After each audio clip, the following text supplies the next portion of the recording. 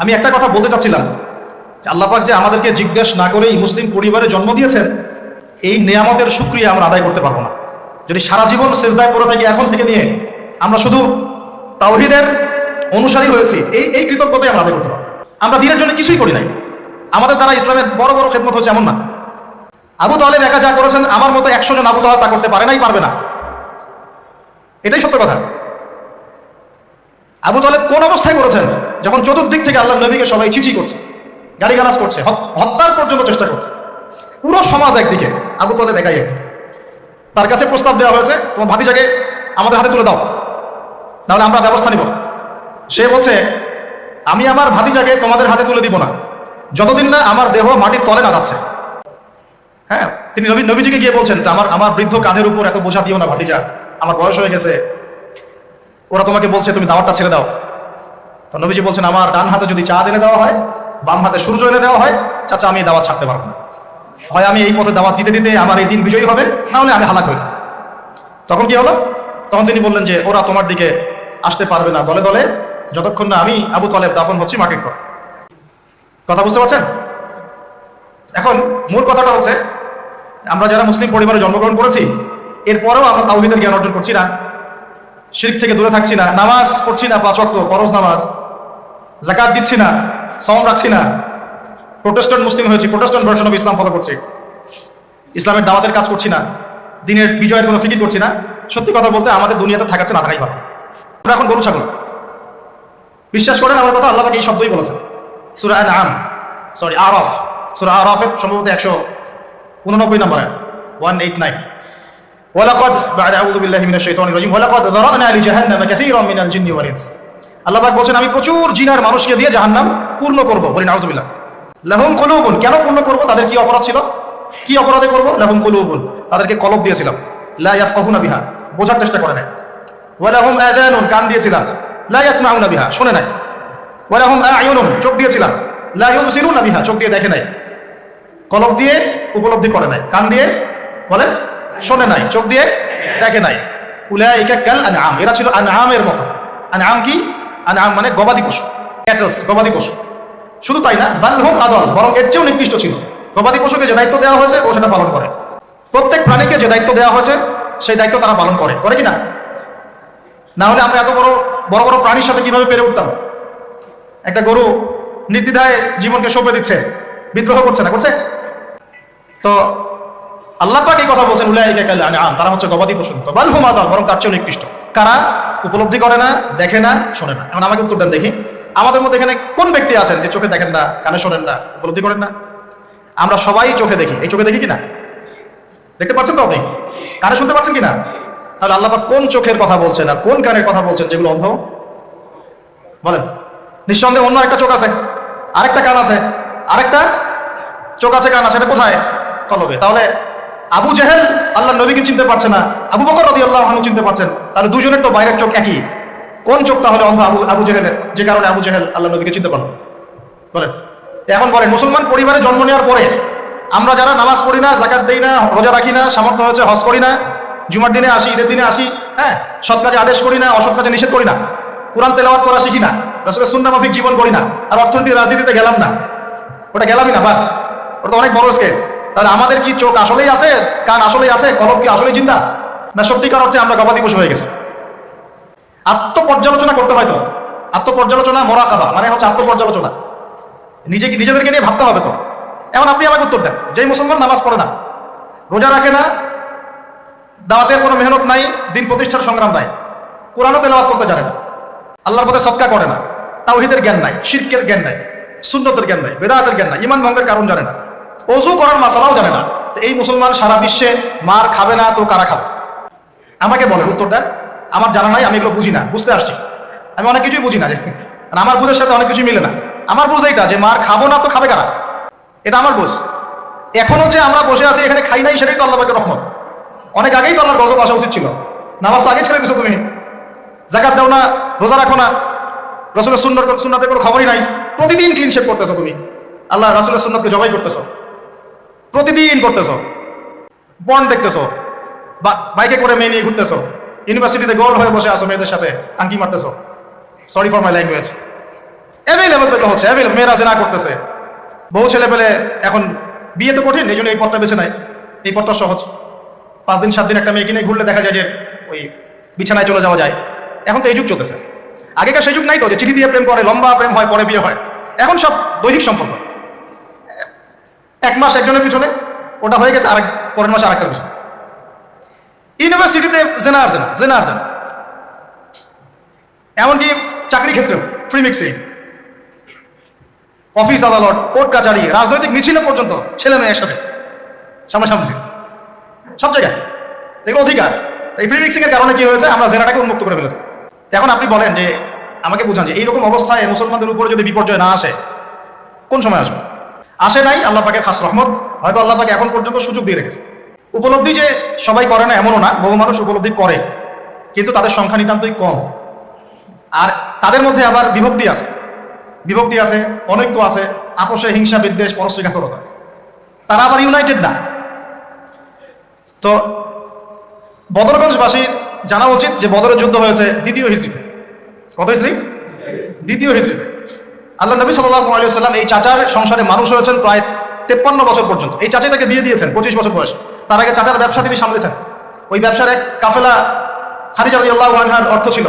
এই ব্যবসা দিয়ে তাকে টেস্ট করলেন, দেখলেন আমানতদার, সুদর্শন, মাশাআল্লাহ উন্নত চরিত্রের মানুষ, উন্নত রুচিবোধের মানুষ, আল্লাহ আমিন, বিশ্বস্ত। বিয়ের প্রস্তাব পাঠালেন, চাচা বিয়ে দিয়ে দিলেন।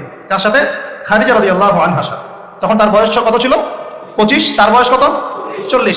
আর আমার এই সেকুলার সমাজকে আমরা বলতে চাই, আমি বলতে চাই অ্যাটলিস্ট, মনে করেন কথার কথা যে আমার স্ত্রীর বয়স 40, আমার বয়স 25। কারণ আমরা একে অপরকে মহব্বত করি, ভালোবাসি, আমরা সংসার জীবনে হ্যাপি, সুখী, এবং আমাদের সন্তান সন্ততিও হচ্ছে। এমন না যে আমরা মেডিকেল সায়েন্সের ভাষায় এইদিকে আমরা অক্ষম। মহব্বত আছে, দুজন দুজনকে পেয়ে সুখী, একে অপরকে ভালোবাসি, সন্তান হচ্ছে। আপনার কোনো সমস্যা? আমি আমার এই ম্যারিড লাইফে আমরা হ্যাপি, আপনার কোনো সমস্যা? আমার স্ত্রীর বয়স 40, আমার বয়স 25। মনে করেন আমার বয়স এখন কত চলছে? 32-33 হবে আর কি, সূর্যের হিসেবে। কিন্তু বয়স কিন্তু ফিক্স হয় চন্দ্রের হিসাবে, আমরা সূর্য হিসাব করি। এখন ধরেন আমি একটা বিয়ে করলাম, ধরেন তো স্ত্রীর বয়স মনে করেন 16 বছর। কত? মনে করেন 16 বছর। 16 বছর একটা মেয়ের কি হায়েজ হয়? হায়েজ বোঝেন? আচ্ছা, সে কি সন্তান জন্মানোর সক্ষম? সে কি ম্যাচিউর, ফিজিক্যালি স্ট্রং? এখন ওর বয়স 16, আমার বয়স 32, ডাবল। 16 তো 32 না? তাই তো, অঙ্ক ভুলে গেছি ভাই। আচ্ছা, এখন ও আমার সাথে হ্যাপি, আমি তার সাথে হ্যাপি, সন্তান জন্ম হচ্ছে, দুজন সুখে আছি, মহব্বতের সাথে আছি, সুস্থ আছি, কোনো সমস্যা আপনার? তো এই হলো অবস্থা। সার্কাস। 16 বছরের মেয়ে, আপনার মেয়ে আপনি বিয়ে দিতে পারবেন না। বলবেন যে আপনি রাষ্ট্র আইনের বিরুদ্ধে কথা বলছেন। না, আমি বিরুদ্ধে কথা বলছি। আমি বুঝাচ্ছি যে এটা কতটা অসার একটা আইন। 16 বছরের একটা মেয়ে যদি জেনা করে, আপনি উৎসাহিত করছেন। 16-17 বছরের মেয়েরা জেনা করে না? স্কুলে, কলেজে, বিশ্ববিদ্যালয়ে, এইখানে ওইখানে, এর বিরুদ্ধে আপনার ব্যবস্থা কি, অ্যাকশন কি? কিন্তু 17 বছর একটা মেয়ে যদি বিয়ে করে, আপনি তো কাজীকে ধরে জেলে দিয়ে দিবেন একেবারে। এখন বলেন এটা কি আমি মানতে বাধ্য?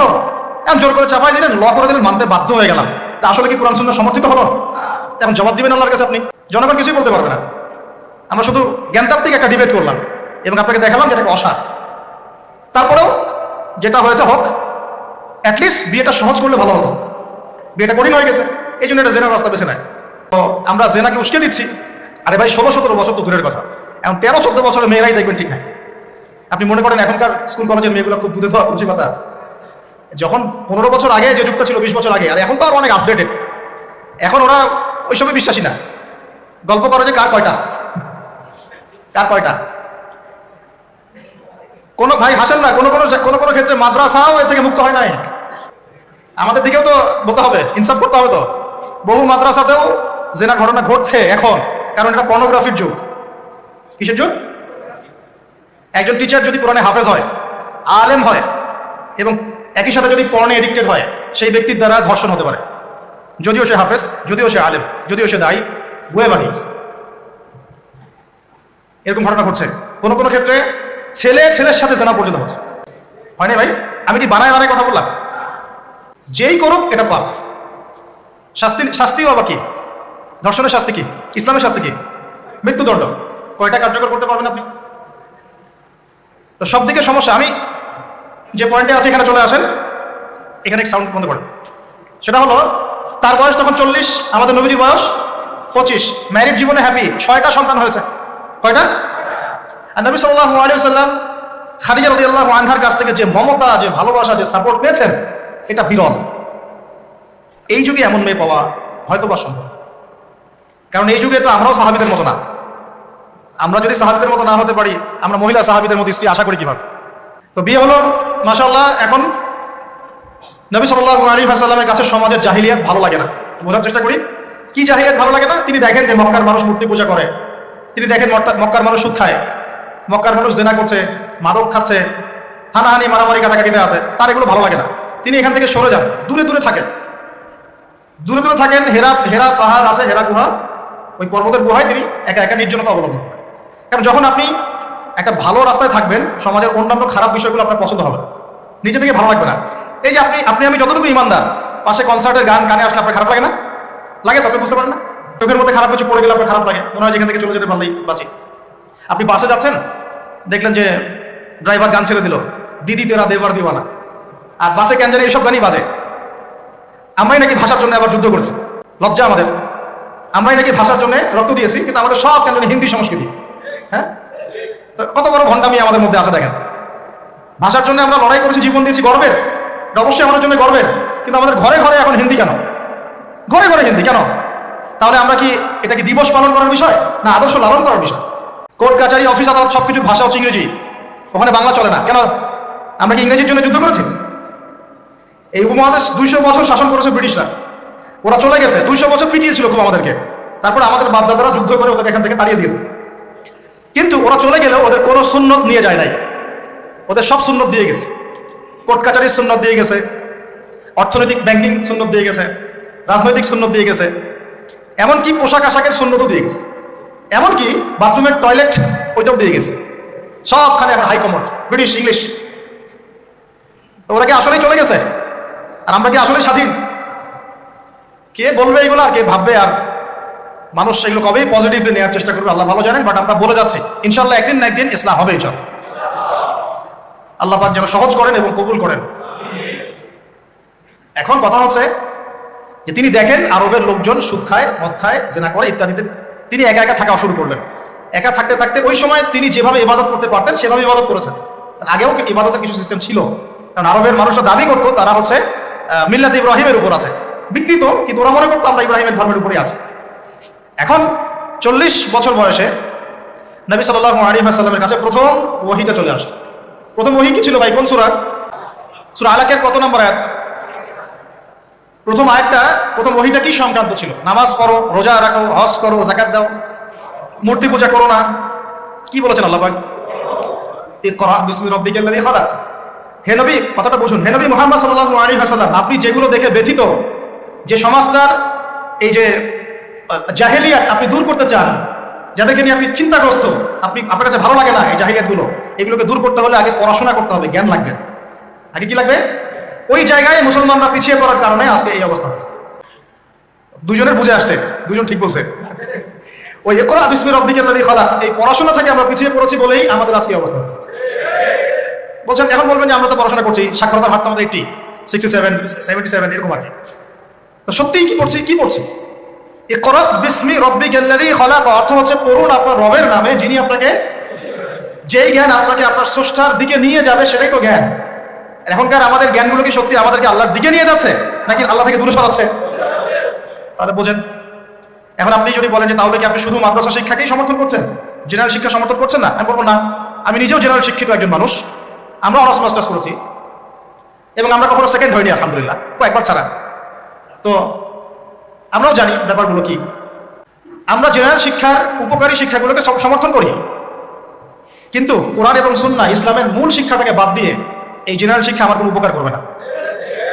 আবার একই সাথে কোরআন এবং হাদিস এই দুটাতে দক্ষ হয়েও যদি আমরা বর্তমান বিশ্বের উপকারী জ্ঞানগুলো অর্জন করতে ব্যর্থ হই, তখন কোরআন সুন্নাহকে হাতে নিয়েও এই বিশ্বকে চ্যালেঞ্জ করতে পারবো। তাহলে দরকার কি? সমন্বয়।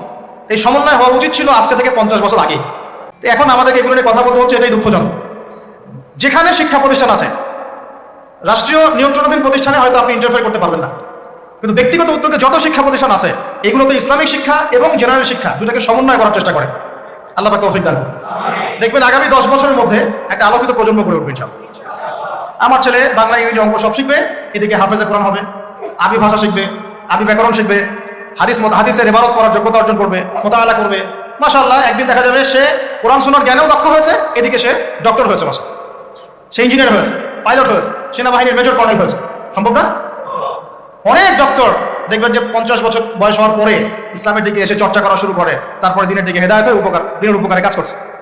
অনেক ইঞ্জিনিয়ার সাহেব এই কাজ করছে, অনেক আর্মি অফিসার, র্যাবের, পুলিশের, বিজিবি, তারা দেখবেন যখন রিটায়ার্ড করে বা যখন মানে সিনিয়র হয় তখন গিয়ে চর্চা করা শুরু করে, এবং তখন তারা আবার দিনের জন্য অনেক কিছু করতেও চায়, করে, অনেকে করে না। তারা কি অমুসলিম নাকি? তারা তো আমাদেরই ভাই, আমাদের ভাই না? শোনেন, যদি বাংলাদেশ রাষ্ট্রীয়ভাবে কখনো জিহাদে যায় কুফফারদের বিরুদ্ধে, তাহলে আমরা যাবো না তারা যাবে? যাবে তো তারাই। জি, আপনি যাবেন না, যাবে তো তারাই। আপনার আমার কি প্রশিক্ষণ আছে? যদি বাংলাদেশে কোনো মনে করেন যে 100% ইসলামী জ্ঞানে পরিপূর্ণ কোনো নেতা আসছে, আমির, রাষ্ট্রীয় আমির, এখন সে চিন্তা করলো যে আমি এই দেশ সৈন্য পাঠাবো, ভাবতে পারে কি পারে না? 73 সালে 6টা মুসলিম দেশ সৈন্য পাঠিয়েছিল। মিশর ছিল, জানেন না আপনারা এগুলা ইতিহাস, 6 দিনের যুদ্ধ। তো যাই হোক, ধরেন বাংলাদেশ এমন একজন নেতার আন্ডারে আছে, যেই নেতা বললো ঠিক আছে আমিও পাঠাবো, আমার এখান থেকেও 2000 সৈন্য যাবে। তখন কিন্তু ওই 2000-এর মধ্যে আপনি থাকবেন না, থাকবে ওই আর্মি অফিসারই, ওই বিজিবি, ওই র্যাব, ওই পুলিশ, ওই ভাইরা। তারা আমাদের ভাই না? তাদেরকে মেসেজটা পৌঁছাতে হবে যে আপনারা পরিপূর্ণ ইসলামের সামনে আত্মসমর্পণ করেন। ইনশাআল্লাহ আল্লাহ পাক দুনিয়াতেও সুখী করবেন, পরকালেও সুখী করবেন। আমরা দোয়া করবো, দোয়া। আপনারা কখনো একটা রাষ্ট্রের মধ্যে জাতিগত বিভাজনে যাবেন না। জাতিগত বিভাজনটা খুব খারাপ, এতে করে রাষ্ট্রের অভ্যন্তরীণ যে স্থিতিশীলতা নষ্ট হয়ে যায়। আমরা আলহামদুলিল্লাহ ইসলামকে তো ভালোবাসি, মহব্বত করি, পারি না পারি আমাদের মন তো ব্যথিত হয় না? এটা আল্লাহ পাক দেখছেন ইনশাআল্লাহ। আল্লাহ পাক ওই অনুযায়ী আমাদেরকে প্রতিদান দিবেন ইনশাআল্লাহ। তবে চেষ্টা আরো বাড়াতে হবে। এই চেষ্টা বাড়ানোর কথা বলতে এখানে আসছি। আল্লাহ নবীর মন খারাপ, তখন ওহী এসেছে। ওহী প্রাপ্ত হওয়ার পরে নবী সাল্লাল্লাহু আলাইহি ওয়াসাল্লাম একটু ভীত, একটু সন্তুষ্ট। তখন খাশিতু আলা নাফসি। বাংলাদেশে যত সিরাতের বই আছে না, তার 80% সিরাতের বই আপনি পাবেন। ওই সময় নবী সাল্লাল্লাহু আলাইহি ওয়াসাল্লাম এতটা ভীত সন্তুষ্ট হয়ে গিয়েছিলেন, কয়েকবার তিনি চিন্তা করেছেন যে আমি পাহাড়ের উপর উঠে নিজেকে শেষ করে ফেলবো। এটা কিন্তু বিশাল ইস্যু সৃষ্টি করে ফেলছে বাংলাদেশে। হ্যাঁ, আর রাহিবুল মাকতুম বলেন, আর যে কোনো বড় বড় সিরাতের গ্রন্থ বলেন, এটা যদি লিখা না থাকছে আমি বক্তব্যটাও ছেড়ে দেব। বাসায় গিয়ে দেখেন, রাইটাররা লিখেছেন, এটা আমাদের কথা না। কয়েকবার তিনি পাহাড়ের উপর উঠে চিন্তা করেছেন যে আমি যা দেখলাম, ফেরেশতা এসেছে আমাকে জড়িয়ে ধরেছে, আমাকে বলছে পড়ুন, আসলে ব্যাপারটা কি, আমি কি মানে সঠিক আছি না ভুল হচ্ছে। মানসিক একটা পেরেশানির মধ্যে তিনি ছিলেন। তখন কয়েকবার নিজেকে শেষ করে ফেলার চেষ্টা করেছেন। যখনই তিনি উঠেছেন তখনই জিবরাইল আলাইহিস সালাম সামনে এসেছে। ইয়া মুহাম্মদ, আপনি পাগল নন, আনতা রাসূলুল্লাহ ওয়া আনা জিবরিল। হে মুহাম্মদ, আপনি পাগল নন, আপনি হচ্ছেন আল্লাহর মনোনীত রাসূল, আর আমি জিবরাইল। আপনি বিচলিত হবেন না। আরো একদিন আবার জিবরাইল আলাইহিস সালাম হাজির। এভাবে হতে হতে তিনি আশ্বস্ত হলেন যে হ্যাঁ, আসলে যা হচ্ছে সব সঠিক। এটা কি একটা বড় ঘটনা না? এরপরে তিনি বাসায় আছেন, বেশ কয়েকদিন ওহী আসা বন্ধ আছে। আল্লাহ পাক প্রস্তুত করছেন তাকে, কারণ ব্যাক টু ব্যাক ওহী আসতে থাকে, এর একটা ওয়েট আছে, নেয়ার মতো ক্ষমতাকে তৈরি হতে হয়। দ্বিতীয় ওহীটা আসছে, এটা আমি একটু আলোচনায় টাচ করে সামনে যাব। তিনি কম্বল দিয়ে ঘুমিয়ে আছেন, আল্লাহ পাক ওহী পাঠালেন। যখন ওহী পাঠাচ্ছেন, খাদিজা রাদিয়াল্লাহু আনহা দেখছেন যে নবী সাল্লাল্লাহু আলাইহি ওয়াসাল্লাম একটু অস্বাভাবিক আচরণ করছেন। তিনি বলছেন আপনি শুয়ে পড়েন, রেস্ট নেন। নবীজি বলছেন আমার এখন রেস্ট নেওয়ার সময় নাই। আল্লাহ পাক আমাকে বলেছেন ইয়া আইয়ুহাল মুদ্দাসসির, হে কম্বল আবৃত রাসূল, কুম, উঠে দাঁড়ান, ফানজির, মানুষকে সতর্ক করেন। তো কুম ফানজির অর্থ মানে এই না যে বিছানা থেকে উঠে মাটিতে দাঁড়ান, মানে হচ্ছে আপনার কাছে যা আসছে তো সত্য, এটা দ্বীনে হক, আল্লাহর পক্ষ থেকে আসছে, অতএব আপনি এই সত্যের বাণী নিয়ে সমাজের মধ্যে দাওয়াতি কাজে নেমে পড়েন। ফানজির, মানুষকে সতর্ক করেন। ওয়া রাব্বাকা ফাকাব্বির, আপনার রবের তাকবীর পাঠ করেন। ওয়া সিয়াবাকা ফাতাহহির, আপনার কাপড় পরিচ্ছন্ন রাখেন। কাপড় মানে শুধু বাইরের পোশাক না, ভিতরের হৃদয়ের পোশাকটাও। ওয়া রুজজা ফাহজুর, যত অনর্থক বিষয় আছে ছেড়ে দেন।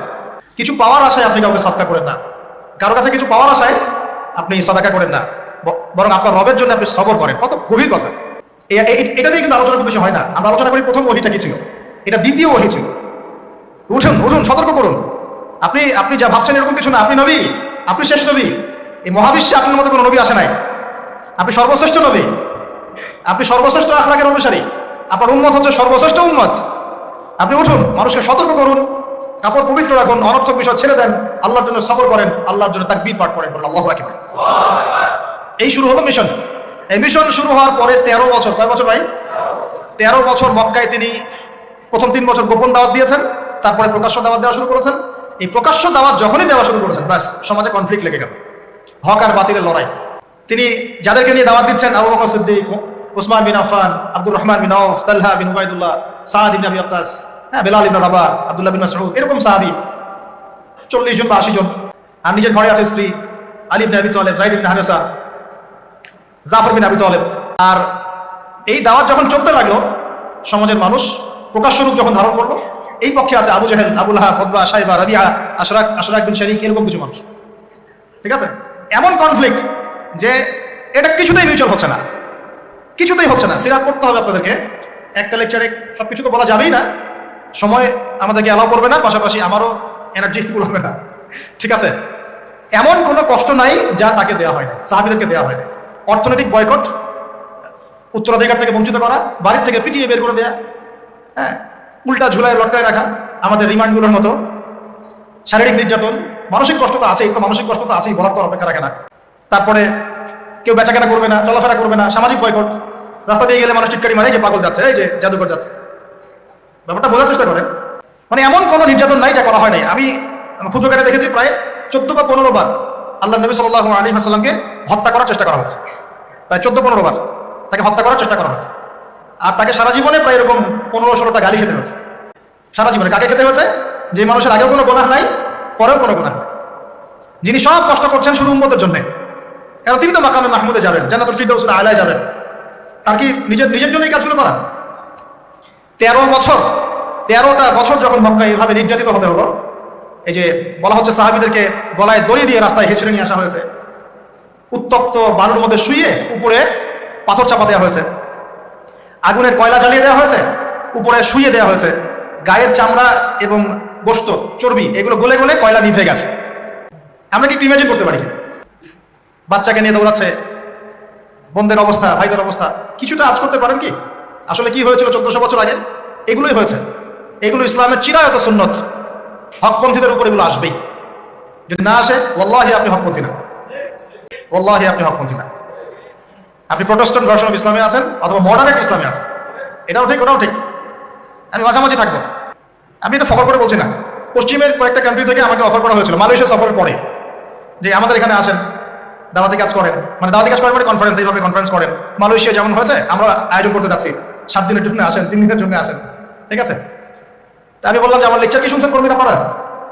তো বলে না, বিভিন্ন ক্লিপ দেখেছি, পুরো লেকচার তো শোনা হয় না। তো বললাম যে আগে ইউটিউব চ্যানেল থেকে সব লেকচারগুলো শুনেন, তারপর যদি মনে হয় যে ওখানে গেলে আমি সেফ, তাহলে নিয়ে যান। যদি মনে হয় যে এইসব লেকচার দেওয়ার পরে ওই সভ্যতায় গিয়ে কেউ সেফ থাকতে পারে, আমাকে আবার গুয়ান্তানামায় পাঠিয়ে দিবে না, আবু গারিব কারাগারে পাঠিয়ে দিবে না, তাহলে নিয়ে যান। তো এখন পর্যন্ত রেসপন্স করেন না। তো মডারেট ইসলামের সুযোগ নাই ইসলামে। ইসলামী ওই পশ্চিমা আদলে আমরা মডারেট হয়ে যাব, ওদের আদর্শ চলবে, আমাদেরটাও চলবে, তালগোল পাকায় একটা ভিশন 2030 বানাবো, এইসব ইসলাম চলবে না। বুঝতে পারছেন না কথা?